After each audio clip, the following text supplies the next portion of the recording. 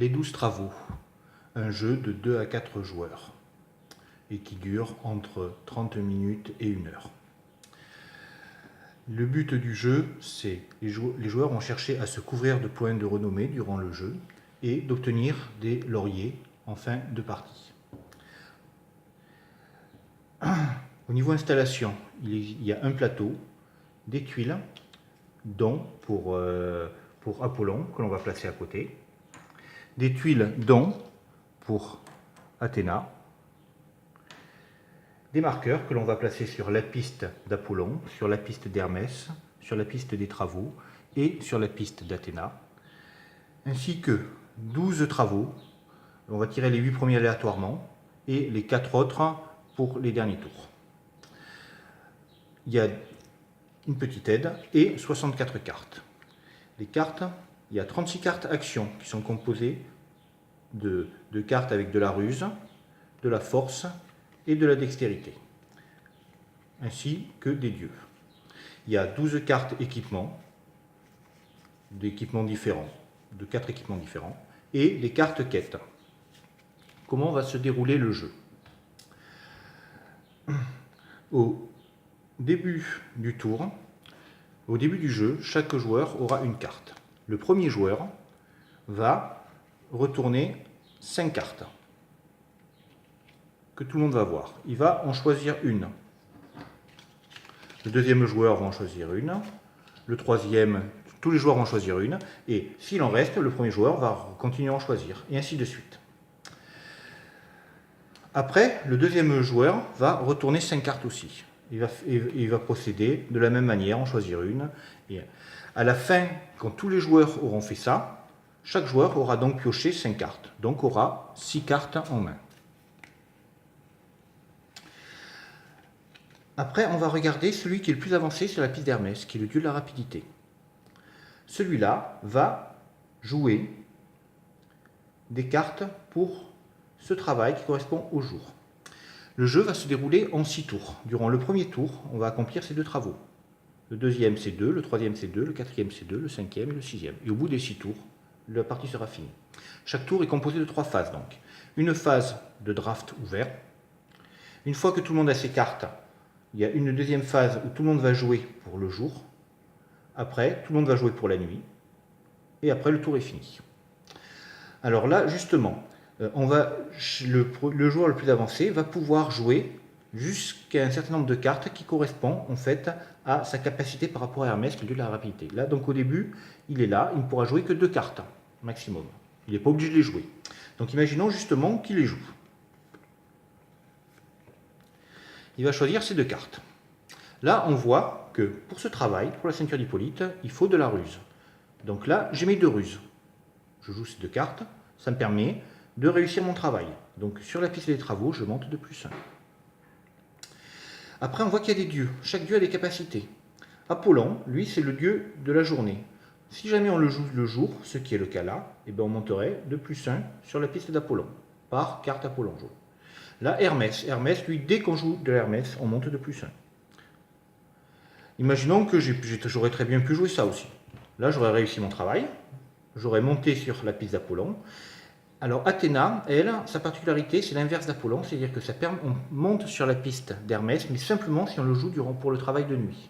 Là, je suis en travail de jour, donc je réussis mon travail, elle m'aide à réussir le travail, mais elle ne me permet pas de monter sur la piste d'Athéna. Et maintenant, je vais parler de la 4e déesse, qui n'est pas la moindre, c'est Héra. Héra, c'est très simple, Héra, c'est la reine des déesses. Donc elle veut qu'on construise des temples. Il y a toujours un temple maximum par face qui est ici. Mais pour construire un temple, c'est pas facile, il faut 2 cartes Héra. Donc imaginons que par exemple, j'ai joué ces 2 cartes. Là, on voit que je ne réussis pas mon travail, parce que je n'en ai qu'un. Par contre, j'ai mes 2 cartes Héra, donc je récupère le temple que je place devant moi. Une fois que j'ai joué, tous les joueurs vont... quand tous les joueurs ont joué, la journée sera finie. Donc les cartes qui ont été jouées, bien sûr, sont défaussées. Donc imaginons que j'ai joué ça, off. Tous les joueurs ont joué. Donc après, ce travail va se transformer en temple et sera le temple de la phase d'après. Imaginons que personne n'ait pris ce temple. Ce temple est défaussé et il est remplacé automatiquement par celui-là. Maintenant, on est toujours au premier tour et on va jouer pour la phase de nuit. Donc là, là je peux jouer jusqu'à 3 cartes parce que je me situe à ce niveau en Hermès. Je vais jouer, tout le monde va jouer, et une fois que c'est fait, ce travail va se transformer en temple, et l'autre temple va être défaussé s'il n'y était pas.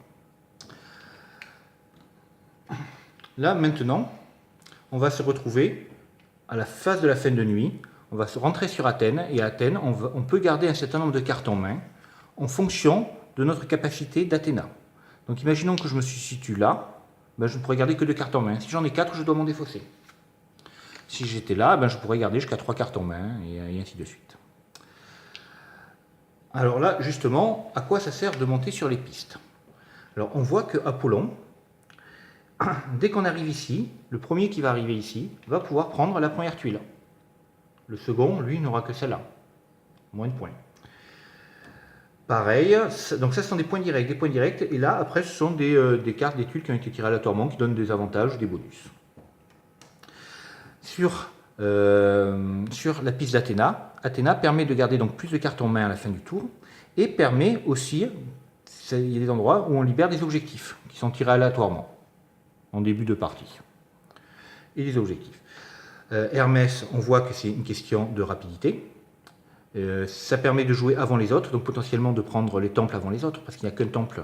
Donc s'il y en a plusieurs, le premier qui va récupérer le temple durant la phase, il n'y en aura pas d'autre avant la prochaine phase. Ça permet aussi de monter plus vite sur les pistes, la rapidité, de jouer avant les autres, donc de récupérer les tuiles. Et ça permet surtout de jouer plus de cartes. Maintenant, on a Héra. Héra, elle permet simplement de récupérer des tuiles temples. Les tuiles temples, à la fin du jeu, celui qui aura le plus de temples marquera 10 lauriers, le second 5 et le troisième 2. Alors en cas d'égalité du nombre de temples, on va regarder celui qui aura le temple le plus haut. Donc si par exemple j'ai un temple à 0 et un temple à 9, et quelqu'un qui a un temple à 3 et un temple à 8, ou à 3 et à 7, c'est moi qui gagnerai parce que j'aurai un temple de niveau 9. En cas d'égalité bien sûr du nombre de temples. Alors, une fois que l'on a passé le premier tour, on va voir qu'on va recommencer un deuxième tour en draftant à 5 cartes. Au troisième tour, on va drafter à 6 cartes, donc on aura plus de cartes en main. Au quatrième tour à 6 cartes, et au cinquième à 7 cartes, et au dernier à 7 cartes. Dans les derniers tours, les travaux sont un peu plus difficiles, mais ont des gains particuliers.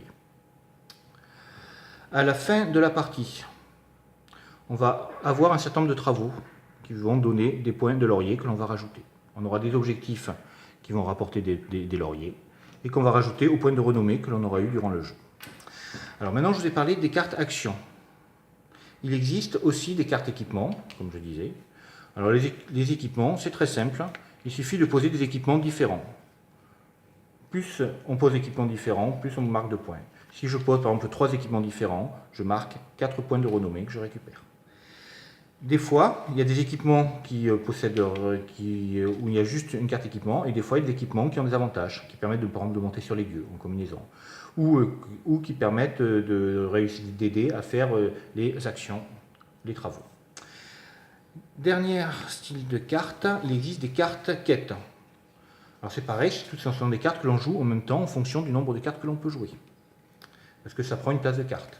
Si je joue celle-là et que j'ai joué une carte Apollon et une carte Hermès, je prends 2 points de renommée. Celle-là, c'est si je joue une carte action et 2 cartes vertes, imaginons par exemple que j'ai joué ces 3, et ça me permettrait de monter sur les 3 pistes. Si j'avais joué 2 cartes vertes et une carte grise, par exemple on va dire ces 2, là, ça me permettrait de monter d'un travail supplémentaire et de prendre 2 points de renommée. Et voilà, je vous ai tout dit.